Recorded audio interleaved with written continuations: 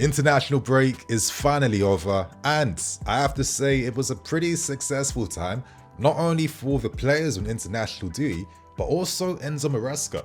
He revealed that during the off time, he's been able to work on a few different tactics, a few different strategies, defensively and offensively, and I'm sure this time would have been a godsend for Maresca because having as much time with the squad uninterrupted to work on tactics hopefully boosts and improves the team's understanding of Maresca's demands. We play against Bournemouth tomorrow at 8 PM away from home, and I can't lie, I hate these late kickoffs on the weekend.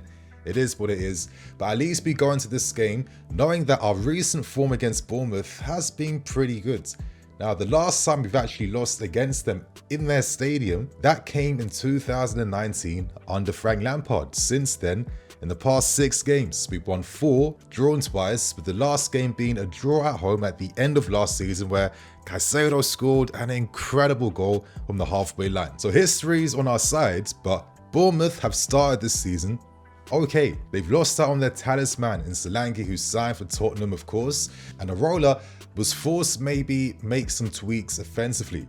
In the past few games, he has experimented with using more of a false 9 setup because they did lose out on SANCHO, but since then they can rely upon their new big summer signing in Evan Neeson, who actually started the game against Everton, and Bournemouth are going to have a lot of confidence playing in front of their fans after producing one of the best comebacks we've seen in recent Premier League history, as they came from 2 goals down to score 3 right near the end to beat Everton.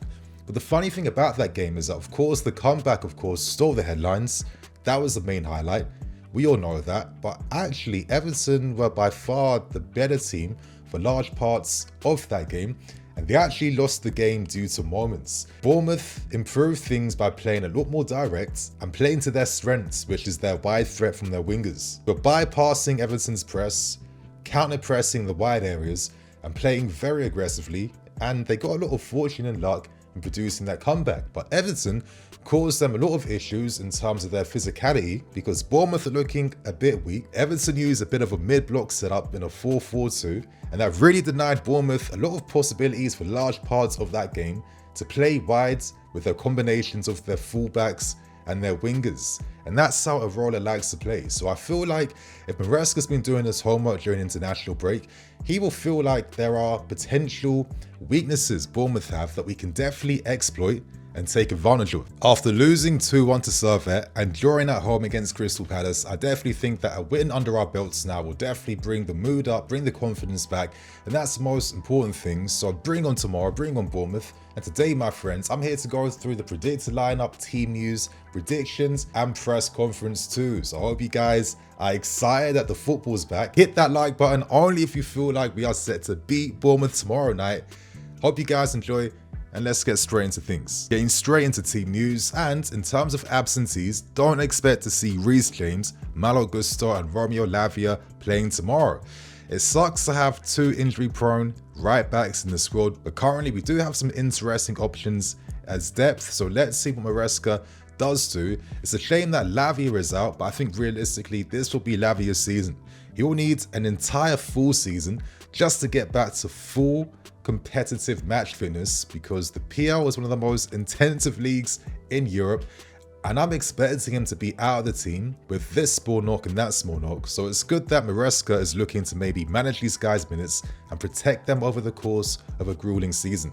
So that's the team news out the way, which now takes us nicely into the press conference. Now, I'm going to give you guys a warning. I won't be discussing any of the points made towards Maresca about the current ownership issues right now because, to be honest, Maresca is going to give non-answers. He won't be telling the truth about anything, so it doesn't really matter. Let's focus solely on the football and our opponents in Bournemouth tomorrow. So, interestingly, Enzo Fernandez was a point of discussion, and Maresca basically said that he needs to find that balance between a midfield player that can attack like an attacking mid, but can also defend like a defensive mid. And he drew comparisons and parallels between how Arsenal are using Declan Rice playing as the 8 at times, and how Gundogan has also played as an 8 at Man City. Maresca revealed that Enzo is the best balanced mid he currently has in the team that can fulfill these duties. It's a bit interesting that this is something he relies upon, considering that we also had a Conor Gallagher that was quite useful in this role last season, but I'm not going to get into that right now. But I do agree with Maresca and Enzo. This position is his best position. I think Enzo just needs to find his form. I don't think he's been terrible because I see his ideas on the field, but his execution is letting him down. But I feel like when he finds that form again, I'm hoping things kind of get better because he's not being terrible, but I think we're all expecting just a little bit more. But to move on in terms of a player who can also play in that role that probably won't be playing at all this season, Maresca revealed that even though he likes Carney Chukwuemeka, he's just so stacked with players in that position now that it'll be quite difficult to find the game time. So of course, Carney was not able to get a move away from the club before the window closed. Again, I don't know why we decided to tell these players near the end of the window that they were surplus to requirements. They should have been aware of this fact from the start of the window to give them plenty of time. So I don't understand why we didn't do that. And I have to say, I feel like our treatment of Carney has been pretty poor because he showed some great promise last season. It's not his fault that he got injured due to contact injuries. That is not his fault, but he showed some promise. And the fact that he has no platform at all to at least develop a little bit makes me a bit worried sometimes about the environment for development, considering that we're investing so much money into only signing young players. So let's see how it plays out for him. For the final two main points, we discussed the future surrounding Ben Chilwell. As we know, he is still currently outside of first team training duties. Maresca revealed that is still the case. However, he seems to be opening up to the idea that Ben will be reintroduced back into first team training, which obviously makes a lot of sense because he can't be playing PL2 throughout the season. And if we hope to get a buy for him in January or next summer, maybe at some point he might even have to get some game time. Now, I don't even think Ben is necessarily a bad player. I feel like we can be so critical in terms of criticizing players. I think we forgot what bad players actually look like. Once upon a time, Ben couldn't even play the wingback role properly under Thomas Tuchel, but he adapted and he improved, and he ended up becoming one of the strongest wingbacks in the Premier League. So I don't think Ben is so much of a useless player that he can provide nothing to this team, especially when we don't have the capabilities to always rely upon using attacking right backs, right? So who knows what happens, but I personally feel like unless there's some terrible injuries defensively, I think Maresca will only use Ben Chilwell based on those extreme circumstances. So let's see what happens there.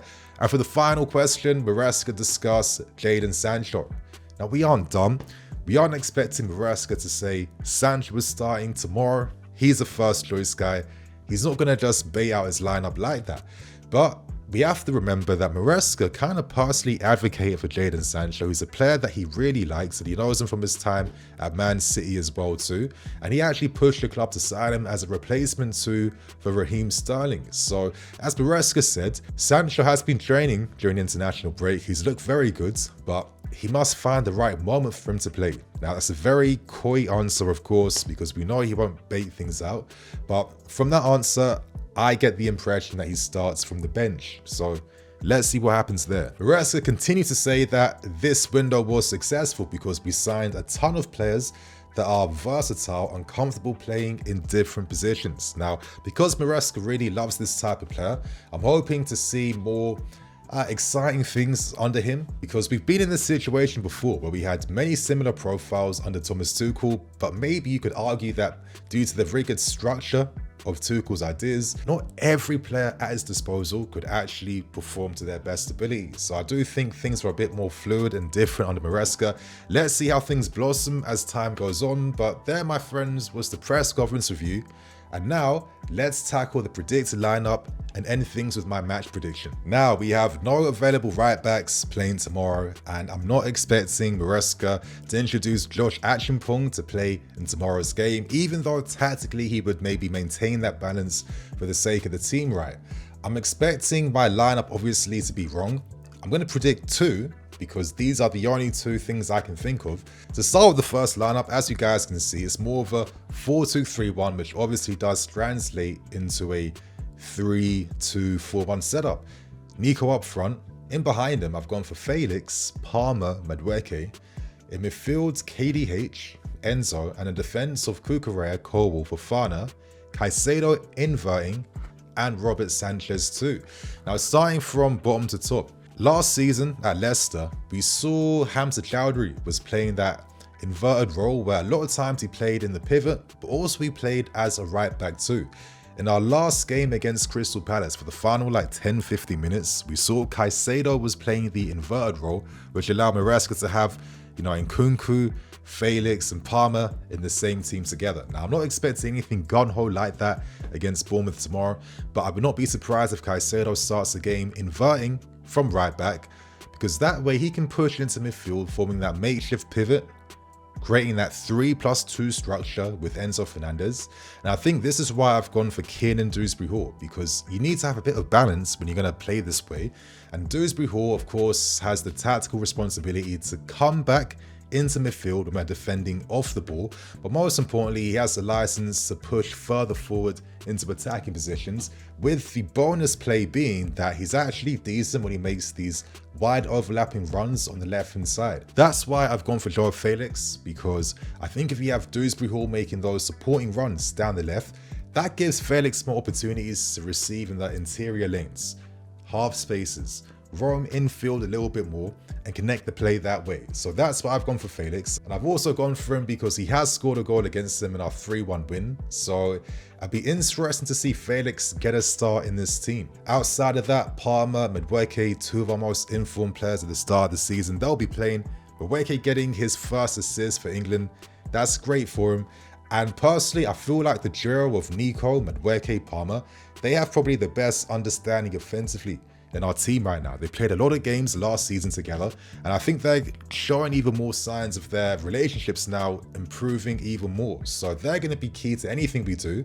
And I'm really looking at Madueke now, who seems to love playing against Bournemouth because he's really starting to emerge this season. So that is my predicted lineup. But I have a second one, and this lineup is more of a 4-3-3, which does turn into a 3-3-4. As you guys can see, my back line is Cucurella, Badiashile, Colwill, and Wesley Fofana. In midfield, I have gone for Enzo, Caicedo, and Cole Palmer. And up front, I've gone for Neto, Madueke, and Nico Jackson. As I said, the main point of this lineup would be that this would then transform into a 3-3-4, with the back three basically being Badia on the left, Cole in the middle, Fofana on the right-hand side. The midfield would have Cucurella inverting, making that makeshift three, including him, Enzo, and Caicedo. And up front would be Neto on the left, Madueke right, Palmer and Nico Jackson combining together in the middle. I would not be surprised if I also saw this, because we have seen that Maresca has tapped into using this 3-3-4 structure.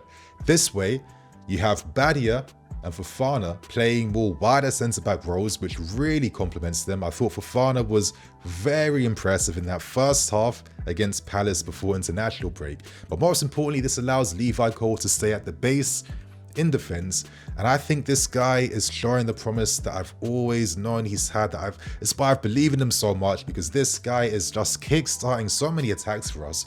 Incredible world-class line-breaking passes, and I'm really stressing they are world-class line-breaking passes, and he's looking like an incredibly exciting player, both for our club and for the England national team. So that's the defense I would see. Cucurella then adds more steel in midfield, because I do think when you have Enzo and Caicedo, I think you need another guy alongside them to help. And I think Cucurella with the support of defensive duties, that would help. And this way Enzo has a bit of license to push forward at times, because Caicedo is there holding the position. But when you play with this type of team, you need width. So I've gone for classical wingers with Neto on the left, holding that left side, Madueke on the right hand side.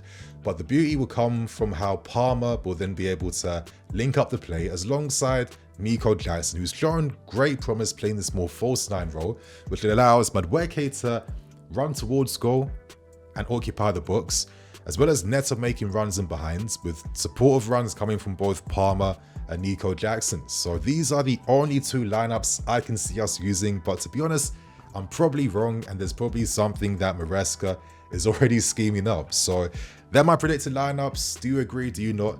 Let us know below. And to end things with my final match prediction, I'm going to be a bit ambitious. I'm going to go for a 3-1 win. I feel like we may have a late flurry of goals based on the players we have to turn to on the bench. When I'm doing these lineups, I don't feel comfortable that someone like Crystal and Kunku just isn't even part of these first team lineups based on the ridiculous amount of players we have. I'm expecting SANCHO to have some influence off the bench when he comes on too. But I do think that Bournemouth, they'll probably punish us because tactically we still aren't perfect. We have a mistake in our game, but I do think there's enough firepower in this team to take advantage of the lack of physicality that Bournemouth actually have. And I think we have some great wide threat options to turn to in this game too. So I'm going for a 3-1 win. How do you guys feel? Let us know below. And on that note, I'm EFC, this is Blue Lions TV. See you all soon.